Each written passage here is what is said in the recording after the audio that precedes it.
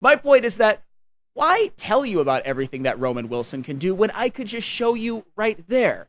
You see him being a chain mover. He makes big plays, yards after catch, plays bigger than his 6 foot stature on that Alabama play, most certainly.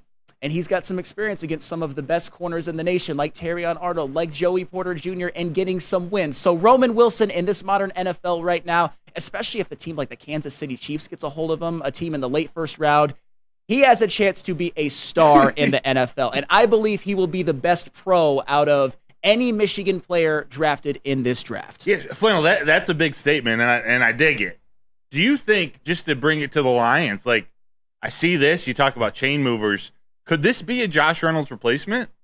Or where, like, is there a certain pick, a certain round where that's the time the Lions consider it? And I know you were just talking about NFL. Wherever he ends up, he'll be the best Michigan player out of this draft.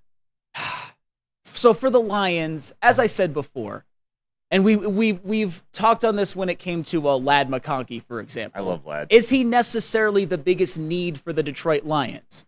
No.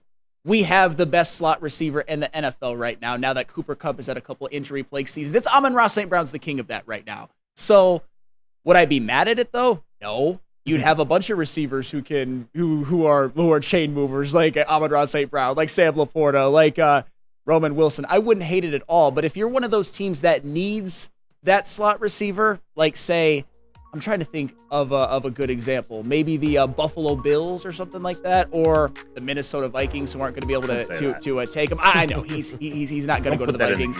That is what you need. You need that number one slot receiver who can just win those one-on-ones against slot corners who typically aren't as skilled as the outside ones. Roman Wilson's going to be a star in the NFL. A star.